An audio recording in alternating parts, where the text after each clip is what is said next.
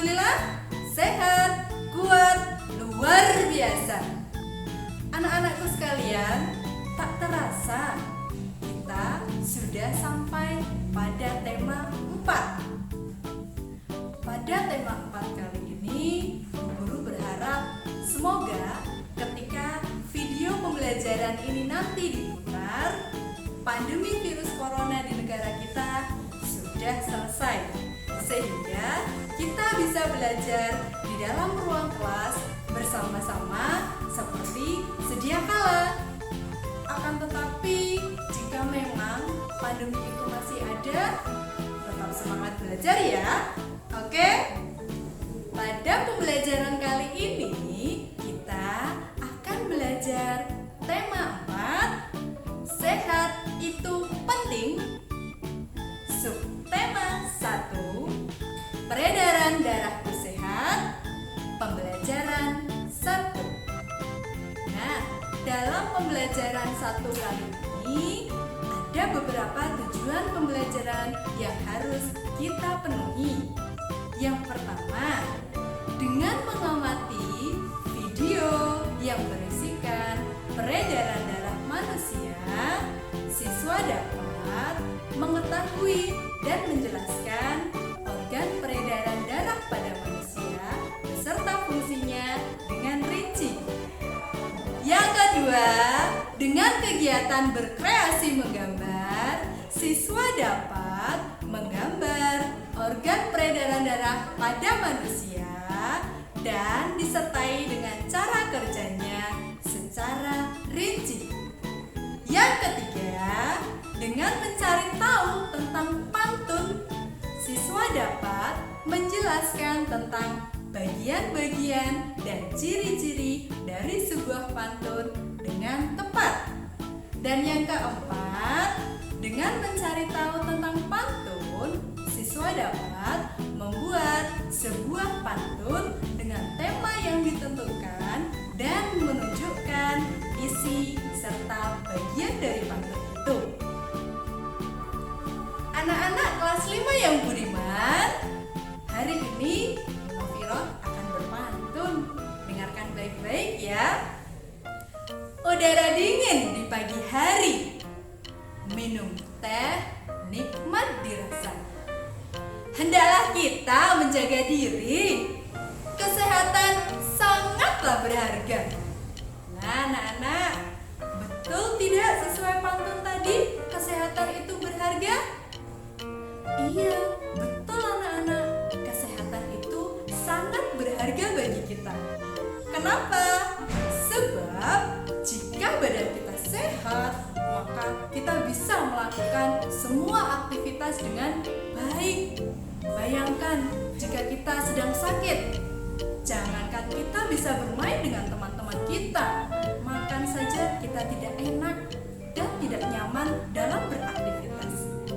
Untuk itulah kita perlu menjaga kesehatan kita. Salah satunya dengan berolahraga. Berolahraga lari bisa, naik sepeda bisa. Kalau anak-anak sukanya olahraga apa? Semua olahraga bisa membuat badan kita segar, bugar, dan membuat peredaran darah kita menjadi lancar.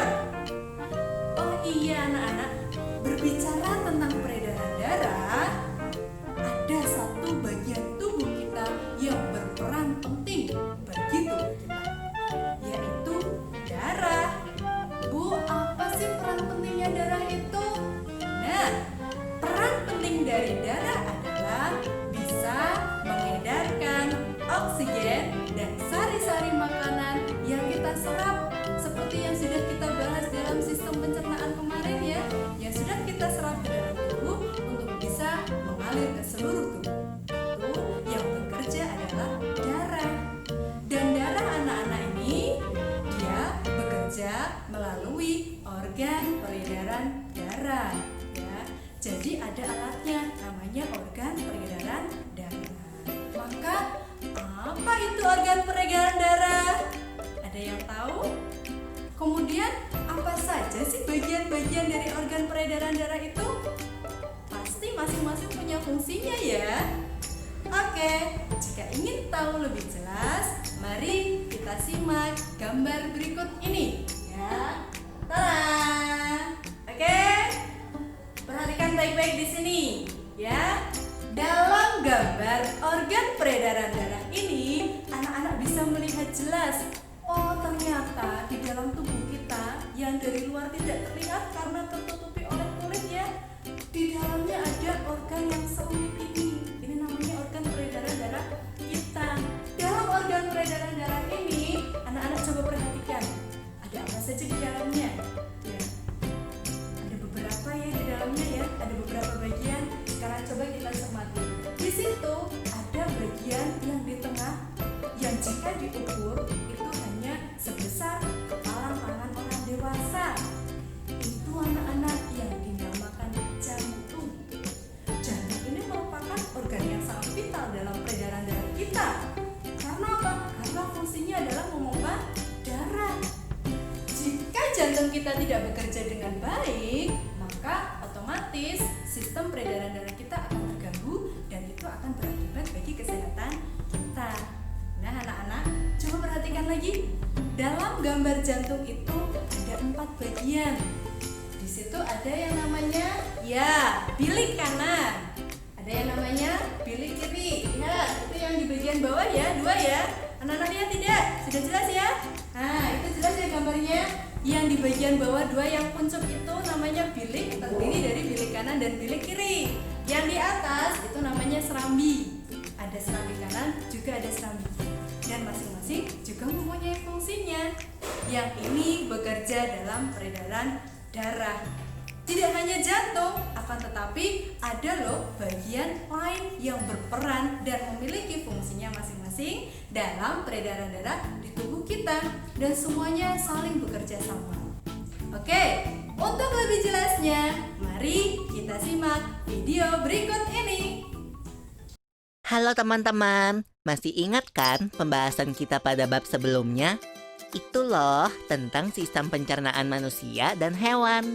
Nah, hari ini Mama bantu kita ya buat membahas tentang sistem peredaran darah pada manusia. Oke, Pipo. Teman-teman, kalian ingat kan kalau proses pencernaan makanan menghasilkan sari makanan? Sari-sari makanan hasil proses pencernaan akan diedarkan ke seluruh bagian tubuh untuk dimanfaatkan. Nah, bagian tubuh yang memiliki tugas untuk mengangkut dan mengedarkan sari makanan adalah darah. Selain itu, darah juga berfungsi mengedarkan oksigen dan karbon dioksida hasil pernafasan. Betul, Pipo. Jadi, darah itu punya 2 fungsi buat tubuh kita. Darah berfungsi untuk mengangkut dan mengedarkan sari makanan hasil proses pencernaan ke seluruh tubuh. Selain itu, darah juga berfungsi mengedarkan oksigen dan karbon dioksida hasil pernapasan. Peredaran atau aliran darah di dalam tubuh manusia terjadi melalui organ peredaran darah, yaitu jantung dan pembuluh darah. Jantung adalah organ tubuh yang berfungsi untuk memompa darah ke seluruh tubuh. Jantung manusia terletak di dalam rongga dada agak sebelah kiri. Kamu tahu nggak besar jantung kita? Kalau jantung orang dewasa sih kira-kira seukuran satu kepalan tangan yang beratnya 300 gram. Di dalamnya, jantung memiliki 4 ruang, yaitu serambi kiri, serambi kanan, bilik kiri, dan bilik kanan. Betul nggak, Ma? Betul, Pipo. Sebagai alat pemompa darah, jantung memiliki otot-otot yang kuat. Otot bilik lebih tebal daripada otot serambi, karena otot bilik memompa darah keluar jantung untuk diedarkan ke seluruh tubuh. Oh iya, di antara serambi dan bilik jantung ada pemisah berupa pintu turun yang disebut katup jantung. Katup jantung yang sehat dapat menutup sangat rapat, sehingga darah dari bilik tidak tercampur dengan darah dari serambi. Katup-katup itu membuka dan menutup seirama dengan denyutan jantung. Kalau nggak salah, pembuluh darah dapat dibedakan menjadi 2 berdasarkan arah aliran darah, yaitu pembuluh nadi atau arteri dan pembuluh balik atau vena. Bener banget, Pipo. Pembuluh nadi adalah pembuluh yang mengalirkan darah keluar dari jantung. Pembuluh nadi yang paling besar disebut aorta. Kalau pembuluh balik adalah pembuluh darah yang mengalirkan darah masuk ke dalam jantung. Pembuluh balik yang paling besar ada dua, yaitu pembuluh balik atas dan pembuluh balik bawah.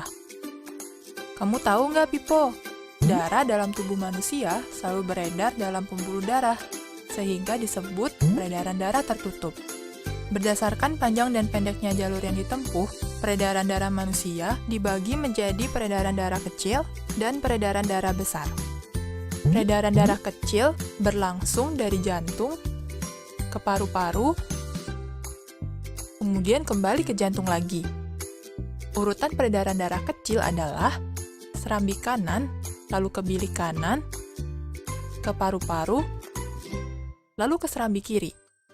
Berarti kalau peredaran darah besar berlangsung dari jantung ke seluruh tubuh, kecuali paru-paru dan kembali ke jantung.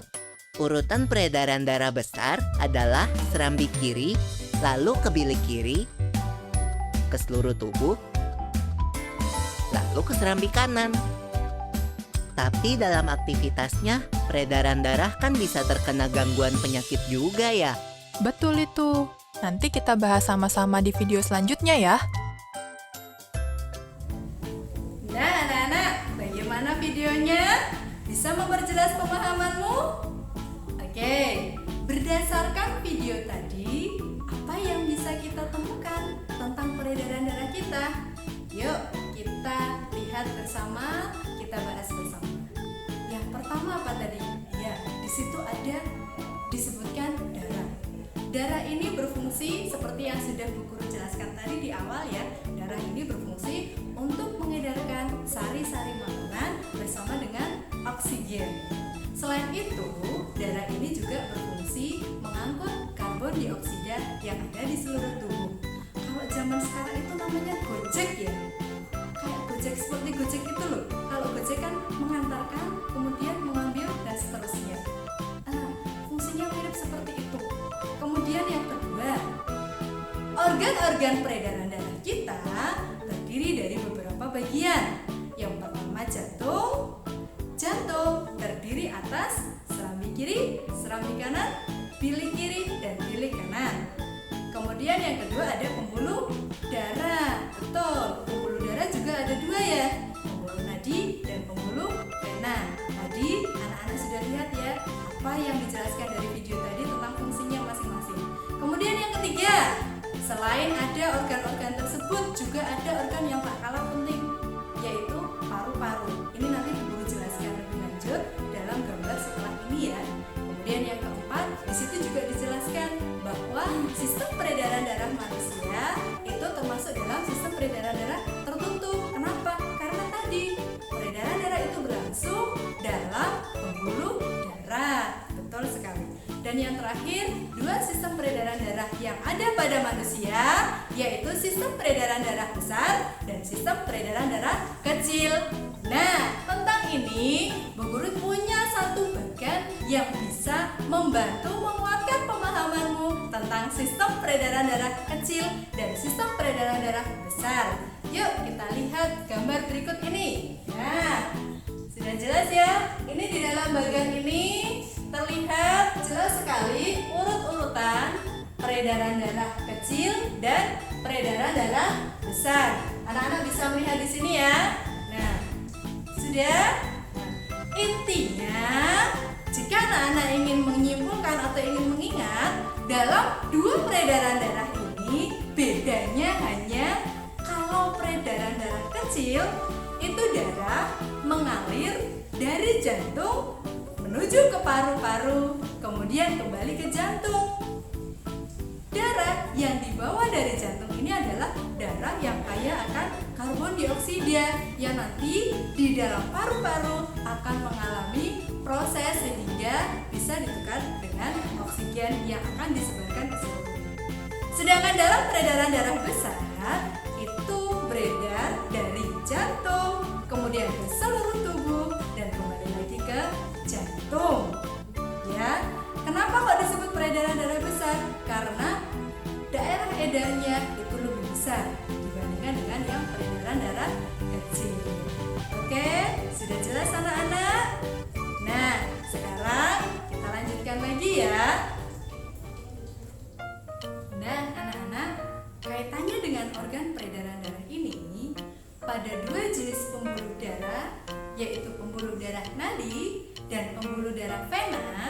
itu terdapat perbedaan loh. Coba anak-anak cari setidaknya 3 perbedaan dari pembuluh darah, yaitu pembuluh nadi dan pembuluh vena. Kamu bisa mencarinya dengan sumber lain atau di internet. Kemudian anak-anak bisa menuliskannya sesuai dengan tabel halaman 6. Bisa ya? Oke. Selanjutnya kita akan membahas tentang paru-paru lebih detail. Ya, ada informasi tambahan tentang paru-paru ini. Paru-paru pada manusia, pada organ peredaran darah manusia ini memiliki fungsi tersendiri, yaitu untuk mensuplai oksigen. Dalam paru-paru terdiri dari ribuan tabung yang bercabang. Tabung yang bercabang ini akan mengecil pada ujung-ujungnya, anak-anak. Dan di ujung tabung itu, anak-anak bisa melihat dalam gambar. Di ujung tabung itu terdapat kantong-kantong udara atau gelembung udara yang disebut alveoli atau alveolus. Nah, di dalam alveoli atau alveolus ini terdapat pembuluh kapiler yang sangat halus. Nah, di dalam alveoli ini pula terjadilah pertukaran antara oksigen dengan karbon dioksida. Nah, bagaimana anak-anak? Luar biasa bukan? Tuhan telah menciptakan organ peredaran darah kita sebegitu rumitnya, sebegitu luar biasanya. Walaupun kita tidak melihatnya secara langsung, kita bisa merasakan hasilnya. Ya tidak? Iya. Padahal organ peredaran darah tadi itu bisa bekerja non-stop 24 jam. Bahkan ketika kita tertidur pun organ peredaran darah kita tetap bekerja terus-menerus. Coba bayangkan, ketika organ peredaran kita bermasalah, apa jadinya dengan kita? Ketika organ peredaran darah kita bermasalah, otomatis oksigen dan sari-sari makanan yang diedarkan ke seluruh tubuh kita tidak dapat berjalan dengan lancar. Ketika asupan nutrisi dalam tubuh karena itu terganggu, maka tubuh kita pun akan sakit. Maka anak-anak, kita perlu bersyukur. Karena apa? Karena Tuhan sudah mengaruniakan kita peredaran darah yang sehat. Seperti itu ya. Nah anak-anak, ada loh salah satu cara mengungkapkan syukur kepada Tuhan Yang Maha Esa. Apa itu caranya? Bisa Kak dengan cara berpantun? Nah, anak-anak tahu tidak caranya? Oke, Bu Guru berikan contohnya ya.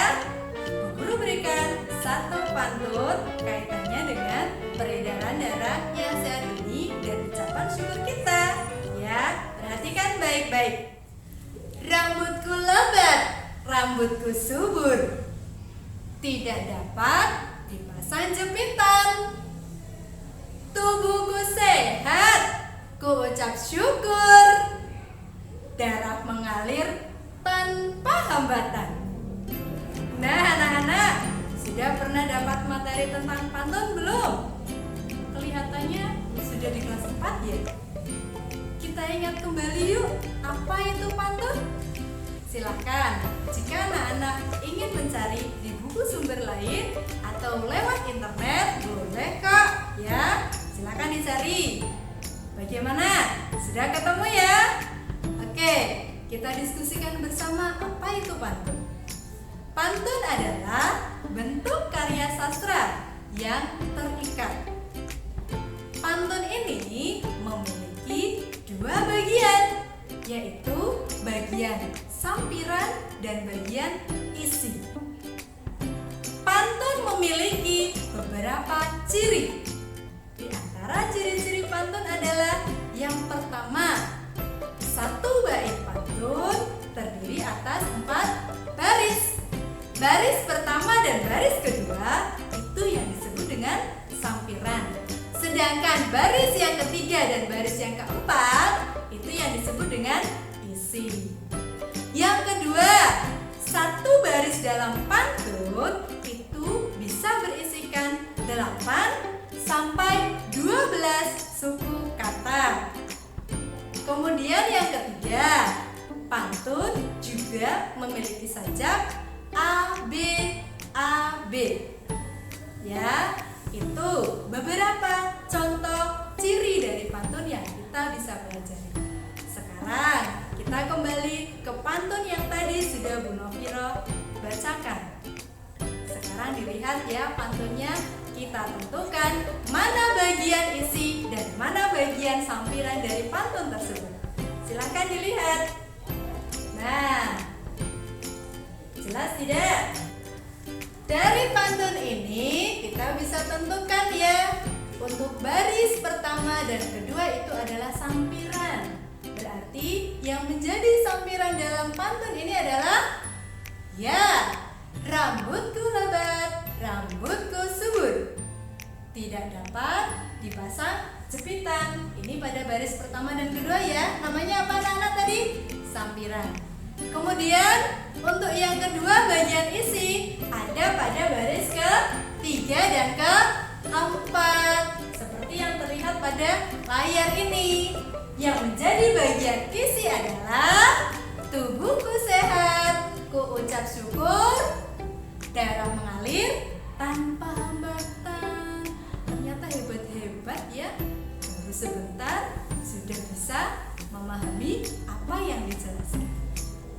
Anak-anak bisa berlatih tentang pantun ini dan bisa melihatnya dalam internet atau mungkin bisa berkreasi sendiri. Dicoba bagaimana menentukan sampiran sudah tadi, bagaimana menentukan isi bisa dipraktekkan. Seperti itu ya. Nah, anak-anak, oke, sampailah kita di penghujung video pembelajaran kali ini. Mari kita ingat kembali apa yang sudah kita pelajari dalam video pembelajaran kali ini. Oke, yang pertama, tadi kita sudah belajar tentang organ peredaran darah beserta fungsinya masing-masing. Kemudian, yang kedua, kita juga sudah belajar tentang pantun, menentukan bagaimana ciri-ciri dan bagian dari pantun itu. Bu Guru harap anak-anak bisa jauh lebih paham dengan semakin banyak membaca yang berkaitan dengan materi yang tadi. Nah, anak-anak, untuk itu tugas pembelajaran anak-anak dalam video pembelajaran kali ini adalah sebagai berikut. Anak-anak bisa mengerjakan tugas ini dengan bimbingan orang tua di rumah atau bapak dan ibu guru ketika sedang mengawasimu belajar kelompok di rumah.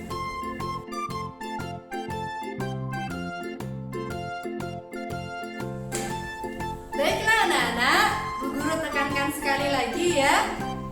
Menjaga peredaran darah kita itu sangat penting. Kenapa? Jika peredaran darah kita bermasalah, maka akan berakibat kepada keseluruhan tubuh kita dan aktivitas yang kita lakukan. Salah satu cara menjaga kesehatan peredaran darah kita adalah dengan cara tidak merokok atau menghindari rokok. Kenapa? Sebab racun nikotin dalam rokok akan mengalir dalam peredaran darah kita dan mengganggu aktivitas peredaran darah kita. Itu artinya nutrisi dan oksigen yang beredar di seluruh tubuh kita juga akan terganggu. Apa yang terjadi? Tubuh kita bisa sakit. Maka jangan sekali pernah mencoba untuk merokok. Oke, mengerti anak-anak? Baiklah, demikian video pembelajaran kita hari ini. Semoga bermanfaat. Jangan lupa tetap semangat belajar.